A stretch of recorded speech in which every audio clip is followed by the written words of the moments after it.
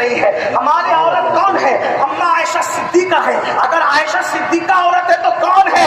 جس کے بستر پہ قرآن نازل ہوتا ہے, جس میں الزام لگتا ہے تو ان کی برات میں سورہ نور کی آیتیں نازل ہوتی ہیں. اگر ہماری عورت سیدہ زینب ہے تو زینب تو پھر وہ ہے کہ کربلا میں جب امام علی مقام کی شہادت ہو گئی تو وہ لٹے ہوئے قافلے کو پوری حفاظت کے ساتھ واپس لے جانے والی امانتوں کی اس امینہ خاتون کو سیدہ زینب کہتے ہیں. جب اہل بیت کے گھرانے میں اس لٹے ہوئے قافلے میں کوئی بولنے کے قابل نہ رہا تو زینب نے ایسا خطبہ دیا کہ دمشق کی در و دیوار کانپ گئی اور کہنے والا کہنے پہ مجبور ہو گیا. دربار میں بولی بھی تو لہجے میں علی کے زینب نے کسی حال میں پردہ نہیں چھوڑا. جس نے مردوں کو چپ کرایا اسے زینب کہتے, سیدہ زینب کبریٰ کے نام سے. اور اگر عورت فاطمہ ہو تو پھر وہاں تو ساری بہاریں رانائیاں بڑائیاں سمٹ آتی ہے. نسب اتنا بڑا ہے کہ نسب سیدہ فاطمہ الزہرا کا دنیا کی کوئی طاقت ان کے نسب کا مقابلہ نہیں کر سکتی. کون؟ سیدہ فاطمہ, فاطمہ بنت محمد خاتم الانبیاء. ان کے والد سید المعصومین یہ سیدہ فاطمہ الزہرا مخدومہ کائنات. اور تقوی کیا ہے؟ پرہیزگاری کیا تقوی کیا پرہیزگاری. سیدہ فاطمہ الزہرا کا حال یہ تھا کہ آپ کے دوپٹے کو بھی کبھی چاند و سورج نے لیا. چاند سورج کی بات کے تو غور ہے, ان کے بابا نے ان کی کیا تربیت کی تھی کہ چاند و سورج نے بھی کبھی ان کے دوپٹے کو نہیں دیکھا. میرے امام کہتے جس کا آنچل نہ دیکھا مئو مہر نے, جس کا آنچل نہ دیکھا مہو مہر نے اس ردائے نزاکت پہ لاکھوں سلام. کسی نے امام حسین سے کہا تھا, حسین تمہاری ماں بڑی نیک تھی, آپ کی آنکھ میں آنسو آ گئے, پر میں تمہیں سچ کہا میری ماں کا جب وصال ہوا تو میں صرف 6-7 سال کا تھا, لیکن تب بھی میں نے اپنی ماں کے سر کے بالوں کو کبھی نہیں دیکھا. میری ماں نے اپنے سر کے بالوں کی حفاظت مجھ جیسے بیٹے سے بھی کی جس کی عمر 6-7 سال کی تھی. یہ ان کا تقویٰ تھا. اسی لیے میرے آقا فرماتے ہیں فاطمہ نے اپنی عزت کی حفاظت اس طرح کی کہ اللہ نے ان کے تقوی کی برکت سے قیامت تک کہ ان کی اولاد پر جہنم کی آگ کو حرام فرما دیا. غور کریں سیدہ کائنات کی. لیکن افسوس آج بچیاں بے پردہ کوچنگ کے نام پر, اسکول کے نام پہ, اور ماں باپ کو کوئی فکر بھی نہیں ہے. بیٹیاں بے پردہ ہے, بیوی بے پردہ ہے, بہن بے پردہ ہے. اللہ نے جنت کے دروازے پہ لکھا ہے کہ جنت دیوس پر حرام کر دی. جنت دیوس پر حرام کر دی گئی. صحابہ نے پوچھا آقا یہ دیوس کون ہے؟ دیوس آقا فرماتے ہیں جس گھر کی عورتیں بے پردہ گھومیں اور وہ مرد ان کو منع نہ کرے وہ دیوس ہے. دیوس اللہ نے اس کی نمازیں قبول کرتا ہے نہ دعائیں قبول کرتا ہے. اب یہ پردے کا شوق کیسے پیدا ہوگا؟ اس کی سب سے بڑی وجہ بچیوں میں علم نہیں ہے, تعلیم نہیں ہے, اس لیے بے پردہ ہے. علم نہیں ہے, اس وجہ سے حسن اسلام سے ناواقف ہے. آج لڑکیاں اسلام سے جتنا دور ہو چکی ہے, جو لڑکیاں اوروں کے ساتھ بھاگ کر مکمل مذہب بدل رہی ہیں ان کی تعداد بہت تھوڑی ہے. لیکن مسلمانوں کے گھر میں مسلمان کہلا کر مسلمان لڑکیاں کتنی ہیں وہ تو مجھے بتاؤ. جن کو کلمہ نہیں آتا, جن کو غسل کرنا بھی نہیں آتا, جن کا حال یہ ہے حیا کے پردے میں کہوں بزرگ ہوئے بیٹھے, میری مقدس مائیں بھی بیٹھی ہے, بچہ پیدا ہو جائے تو 40 دن تک کہ وہ بغیر غسل کے سب طرف گھومتی رہے, غسل نہ کرے. کیوں؟ علم نہیں ہے. جبکہ کس نے کہہ دیا کہ 40 دن تک عورت بچے کی پیدائش کے بعد ناپاک ہی رہتی؟ آپ پوچھیں نا, علماء سے پوچھیں. ماہانہ جو ان کی کمزوری ہے 7 اور 10 دن تک کہ اسی حالت میں رہتی ہے, کیا اس کی کوئی کم سے کم مدت نہیں ہے؟ 3 دن کی کم سے کم مدت نہیں ہے اس کی؟ 3 دن میں بھی تو پاک ہو سکتی. پھر اس کے بعد غسل بھی نہیں آتا. بے شمار عورتیں ہیں 3 بچوں کی, 4 بچوں کی ماں بھی ان کو غسل نہیں آتا. اب بتاؤ جس کی بیوی بغیر غسل کے جنابت کی حالت میں گھر کے کچن میں کھڑی ہو، اس کھانے کے اندر برکت کیسے ہوگی؟ اس گھر میں میرے آقا فرماتے ہیں جہاں جنبی ہوگا یعنی ناپاک لوگ ہوں گے وہاں رحمت کے فرشتے کبھی نہیں آئیں گے۔ تو جہاں غسل ہی نہیں اتر رہا ہے وہ تو ناپاک ہی کھڑی ہے نا۔ آپ مجھے بتائیں تو صحیح، یہ بات میں اس لیے کھل کے کہنا چاہتا ہوں، راج محل والوں برا مت ماننا، آپ کتنے ہی بڑے بزرگوں کا تعویذ لائیں، جب رسول اللہ نے کہہ دیا کہ ناپاک جس گھر میں رہے گا رحمت کے فرشتے نہیں آئیں گے تو نہیں آئیں گے، اس لیے کہ رحمت کے فرشتے پابند ہیں رحمت للعالمین کی مرضی کے، وہ آنے کے بھی پابند ہے، وہ جانے کی بھی پابند ہے۔ آپ کہیں گے حضور کے پابند ہے، میں نے کہا اٹھاؤ قاضی ثناء اللہ پانی پتی کی تفسیر اور اٹھا کر کے دیکھو کہ حضرت قاضی صاحب لکھتے ہیں کہ جب جنگ بدر میں فرشتے مدد کے لیے آئے مسلمانوں کی اور مدد کی تو اس وقت جنگ ختم ہو گئی تو رسول اللہ نماز پڑھا رہے تھے، ہمارے آقا نماز پڑھاتے پڑھاتے حضور مسکرائے، بلکہ ایسا ہنسے جیسا کہ ان کی شان ہے، اور اتنا ہنسے کہ داڑھی نظر آئی۔ سلام کے بعد صحابہ نے پوچھا آقا آج آپ نماز میں ہنس رہے تھے جیسا کہ آپ کی شان ہے؟ حضور فرماتے ہیں ہنسی کی وجہ یہ تھی کہ جبریل فرشتوں کے ساتھ تمہاری مدد کے لیے آئے تھے، کام ختم ہونے کے بعد وہ واپس جا رہے تھے تو انہوں نے جیسے آسمان کے دروازے پہ دستک دی تو اللہ نے پوچھا کہاں سے آ رہے ہو جبریل؟ اس کی مولت تیرے محبوب کے غلاموں کی مدد کے لیے تم نے جنگ میں بھیجا تھا، کام ختم کر کے ہم واپس آ رہے، تو اللہ نے پوچھا میرے محبوب سے پوچھا یا بغیر پوچھے آ رہے ہو؟ میرے حبیب سے اجازت دی کہ بغیر اجازت کے آ رہے ہو؟ اس کی مولا اجازت کے بغیر آ رہا ہوں، تو اللہ نے بولا جبریل واپس جاؤ، جب تک کہ محبوب اجازت دے اس وقت تک کہ نہیں آ نعرے تکبیر، نعرے رسالت، نعرے رسالت۔ جب سید الملائکہ ان کی مرضی کے پابند ہے تو اور ملائکہ ان کی مرضی کے کیوں پابند ہیں؟ حضور فرمانے جنبی جہاں ہوگا، حالت جنابت میں جو جہاں ہوگا وہاں رحمت کے فرشتے نہیں آئیں۔ اب آپ قرآن رکھ دیجیے، گھر میں تعویذ کسی کو بھی لگا دو، آپ کو برا لگتا ہے تو لگے، مجھے کوئی اس کی پرواہ نہیں ہے، لیکن دل دکھے تو صرف مجھے معاف کر دینا، دل دکھانے نہیں آیا۔ لیکن ہمارے گھر کی تباہیاں یہ اس وجہ سے ہے کہ 3 سال 10 سال ہم ناپاک ہی رہیں گے، جب غسل اترے گئی نہیں تو ناپاک ہی تو رہیں گے۔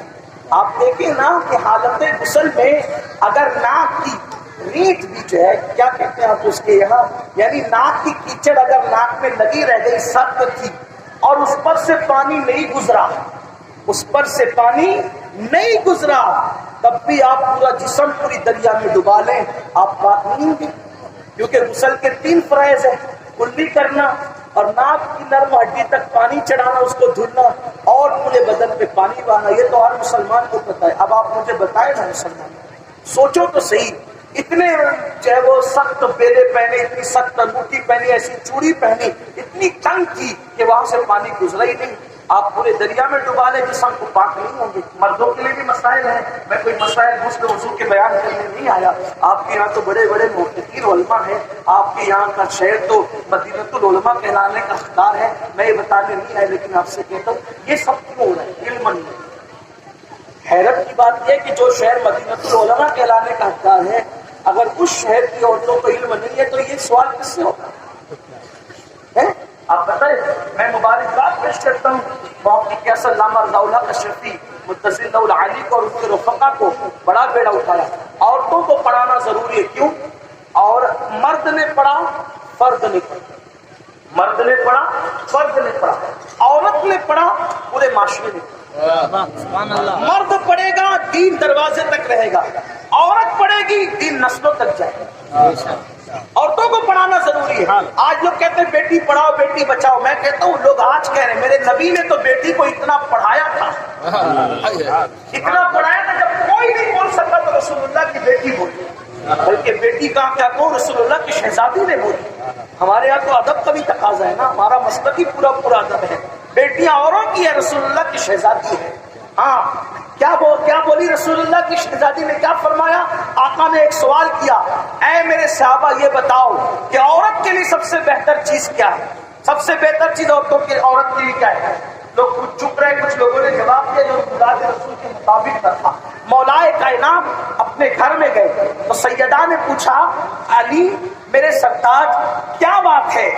تو کہا کہ آج رسول اللہ نے ایسا سوال کر دیا کہ مراد رسول کے مطابق کوئی جواب نہ دے سکا، اکثر لوگ خاموش رہے۔ وہ سوال کیا تھا؟ تو کہا آقا نے پوچھا کہ عورت کے لیے سب سے بہتر چیز کیا ہے؟ تو سیدہ نے کیا جواب دیا؟ دیکھو کوئی نہیں بولا تو کس نے بولا؟ رسول اللہ کی شہزادی نے کیا جواب دیا؟ فرمایا عورت کے لیے سب سے بہتر یہ ہے کہ عورت کو کوئی نامحرم مرد نہ دیکھے اور عورت کسی نامحرم مرد کے چہرے پہ نظر نہ ڈالے۔ یہ عورت کے لیے سب سے بہتر ہے۔ جب مولا علی نے آ کر کے رسول اللہ کو یہ جواب بتایا تو میرے آقا نے پوچھا علی یہ تم کہہ رہے ہو یا کسی اور نے کہا ہے؟ تو علی کے مرتضیٰ نے کہا آقا یہ بات آپ کی شہزادی فاطمہ نے جواب دیا ہے۔ سرکار نے فرمایا فاطمہ تو بنا تو منی، فاطمہ تو میرے جگر کا ٹکڑا ہے۔ ایسی بات تو فاطمہ ہی کہہ سکتی ہے۔ حضور نے اتنا پڑھایا تھا، لوگوں اپنی بیٹیوں کو ڈاکٹر بنا رہے ہو، ٹیچر بنا رہے ہو، انجینئر بنا رہے ہو، جو بنا رہے آپ کی مرضی میں منع نہیں کرتا، لیکن اپنی بیٹیوں کو علم دین بھی سکھاؤ، کیونکہ اگر بیٹی علم دین سیکھے گی، متقی بنے گی، پرہیزگار بنے گی، انقلاب ہو آئے گا۔ آخری بات عرض کر دوں، آخری بات، اگر کوئی ایک بیٹی سمجھ جائے نا، ایک بیٹی، اس ایک بیٹی کی وجہ سے کئی مرد سمجھ، مردوں کو سنبھالنے کا بڑا سبب گھر کی عورت ہے۔ ایک عورت 4 لوگوں کو جہنمی بنا سکتی ہے، ایک عورت 4 لوگوں کو جنتی بنا سکتی ہے، کیونکہ ایک عورت کا تعلق 4 مردوں سے ہوتا ہے، بھائی کی شکل میں ایک مرد سے، بیٹے کی شکل میں دوسرے مرد سے، باپ کی شکل میں تیسرے مرد سے، اور شوہر کی شکل میں چوتھے۔ وہ 4 مردوں سے مربوط ہوتی ہے، تو اس کا تقویٰ بہت کچھ کر سکتا ہے، اس کی پرہیزگاری۔ اس میں آخری بات، ایک جوان آپ کے لیے بھی غلط کی بات ہے، ہماری بیٹیاں کیسے جب تک پڑھی لکھی تھی کیسے؟ میں تو دعا کرتا ہوں اللہ کرے کہ یہ مدرسہ جلدی تعمیر ہو، لڑکیوں کے ہاں جلدی تعمیر ہو، آپ اس میں مدد کریں۔ بلکہ آپ سے یہ بھی کہتا ہوں جلسوں کو سستا کرو اور تعلیم پر خرچہ کرو۔ جلسے سستے ہوں، بامقصد جلسے کی حضرت فرمائے کی ضرورت ہے، لیکن اکثر جلسے ہمارے بے مقصد ہیں، جن کی کچھ جنت کا ٹھکانہ نہیں، وہ مائک پر آ کر کہتے ہیں کہ ایک بار سبحان اللہ کو اور جنت میں جاؤ۔ جنت کے کتنی بڑھنے جلسوں سے، حالانکہ کتنے لوگ عشاء پڑھتے ہیں، کتنے جا کے فجر پڑھتے ہیں، اچھی طرح بتائیں۔ اگر یہاں ہاتھ اٹھائے جائے نا کہ کتنے عشاء پڑھ کے بتاؤ، اور کتنے جا کے فجر پڑھنے کی نیت رکھتے ہیں، تو پھر دیکھیں گے آپ کے ہوتا کیا ہے۔ لیکن یہاں ہم کسی کو ذلیل کرنے کے نہیں بلاتے، اس لیے ہم ہاتھ اٹھا کر کسی کو ذلیل نہیں کریں گے، لیکن اتنا ضرور کہیں گے اگر آپ نے ایک عشاء چھوڑ دی نا، ایک عشاء، ہزاروں جلسوں میں شرکت بھی اس کی بھرپائی نہیں کر سکتے۔ آپ نے ایک فجر چھوڑ دی نا، لاکھوں جلسوں میں شرکت بھی اس کی بھرپائی نہیں کر سکتے۔ نماز اللہ نے ہر چیز کا حکم قرآن میں کسی کا 1 بار، کسی کا 2 بار، کسی کا 4 بار۔ نماز وہ عبادت ہے جس کا حکم اللہ نے پورے قرآن میں کم و بیش 700 مرتبہ دیا۔ آپ کو کچھ تو ایسی خاص بات ہے نماز میں کہ جس کا حکم اللہ 700 بار دینا۔ اسی لیے ہمارے بزرگوں نے فرمایا جب تم ایک نماز چھوڑتے ہو تو تم گویا کہ 700 بار اللہ کی نافرمانی کرتے ہو۔ تو بہرحال آخری بات کرنا ہے کہ رخصت ہوتا ہوں کہ مجھے بھی اللہ سے بات کرنا ہے، وقت میں پوچھنا ہے اپنی منزل پر۔ ایک جوان ابتدائی جوانی میں اس کے قدم رکھا، اس کے گھر سے، اس جوان کے گھر سے کہا گیا کہ تم بازار جا کر کے فلاں چیز لاؤ۔ وہ جوان گیا اور جانے کے بعد جیسے اس نے مارکیٹ میں قدم رکھا تو ایک خوبصورت لڑکی، حسین و جمیل لڑکی، وہ بھی مارکیٹ میں بازار میں کچھ لینے آئی۔ اس کی عمر بھی ابھی بہت بڑی نہیں تھی، وہ جوانی کی شروعات میں تھی، اس جوان کی بھی شروعاتی جوانی تھی، اس لڑکی کی بھی شروعاتی جوانی تھی، دونوں کی آنکھیں گزرتے چالو۔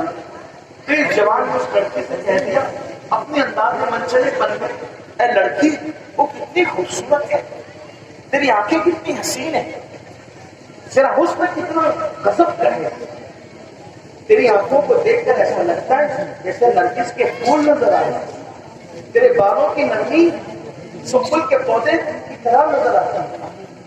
تیرے رخسار کی سرخی لالے یمن کو چیلنج کر رہی ہے. اتنی حسین ہے. کوئی دوسرا لڑکی ہوتی جاہل گواہ، دین سے دور، نماز سے دور، شریعت سے دور، اس کی پرورش سیدہ فاطمہ کے کردار کے ساتھ میں ہونے کی بجائے اگر فلموں اور سیریل کی بنیاد پر ہوئے ہوتے تو وہ تو بالوں کو جھرجھری دیتی اور اپنے آپ کو ملکہ حسن سمجھتی. لیکن حیرت تھی بچیوں کی تربیت اس زمانے میں سیریل فلمیں ناولوں کے سائے میں نہیں بلکہ سیدہ فاطمہ الزہرا کے کردار کے سائے میں ہوئی. اس وقت باپ اپنی بیٹی کو موبائل نہیں دیتا تھا بلکہ کردار فاطمہ کا زیور عطا کرتا تھا. اس لیے کہ سونے کے زیور کوئی چھین سکتا ہے، کردار فاطمہ کا زیور تو مرے دم تک نہیں چھینا جا سکتا. آج ضرورت ہے کردار سیدہ کو زندہ کرنے کی. محرم میں 10 دن کے حسینی بنتے ہو، کیا بنے؟ اللہ کے حسینی بنو. اور حسینیت وہ ہے جس میں بے پردگی نہیں ہے، حسینیت وہ ہے جس میں بے نمازی پن نہیں ہے، حسینیت وہ ہے جس میں شراب نہیں ہے، حسینیت وہ ہے جس میں جوا نہیں ہے، حسینیت وہ ہے جس میں جھوٹ نہیں ہے، حسینیت وہ ہے جس میں بیٹا تو قربان ہے مگر نماز قربان نہیں ہے، حسینیت وہ ہے جس میں 6 مہینے کا معصوم تو قربان ہے لیکن شریعت قربان نہیں ہے. ہم ساری چیزیں حسینیت کے الٹ کرتے ہیں اور صرف شربت اور کچھ کے حسینی بن کے رہے ہیں. بس اتنا رہ گیا ہے. 10 دن کے جلسے والے نہ تھکائی والے حسینی. یاد رکھنا اگر آپ نے شریعت کو چھوڑ دیا ہے تو آپ حسینی کہلا کر یزیدی کردار کو زندہ کر رہے ہیں. اگر آپ شراب کے اڈے پر ہو تو حسینی کہلا کر کردار یزید زندہ کر رہے ہو. خدا کے لیے حال پہ رحم کرو. امام حسین کو ان کے نانا کو کیا منہ دکھاؤ گے، ان کے رب کو کیا منہ دکھاؤ گے؟ اس لیے توبہ کر کے پلٹو. اس جوان نے اس لڑکی کی حسن کی تعریف کی، اس نے گردن کو جھرجھری دینے کی بجائے وہ غصے میں اس نے کہا رک، وہ میرے حسن کی تعریف کرتا ہے، ابھی مزہ چکھاتی. سب سے زیادہ میرا حسن تجھے کہاں کا لگتا ہے؟ اس نے کہا تیرے جسم میں سب سے زیادہ خوبصورت تیری آنکھیں، تیری جھیل سی آنکھیں، اس میں ڈوب کر کے نہانے کو جی چاہتا ہے، اتنی خوبصورت ہے تیری. اس نے کہا رک، ابھی تجھے مزہ چکھاتی. وہ واپس گئی. تھوڑی دیر میں بوڑھی کنیز آئی اور اس بوڑھی کنیز میں ایک تشت، ایک ٹرے تشت کپڑے سے ڈھکا ہوا پیش کیا. اے لڑکے، ابھی تھوڑی دیر پہلے ایک لڑکی کے حسن کی تعریف تو نہیں کی تھی. اس نوجوان نے کہا اس نے تحفہ دیا. وہ جوان خوش ہوا. پہلی محبت کرتے نشانے پہ جا لگا میں تو کامیاب ہو گیا. لیکن جیسے ہی کپڑا ہٹایا پیروں کے نیچے سے زمین پھسل گئی.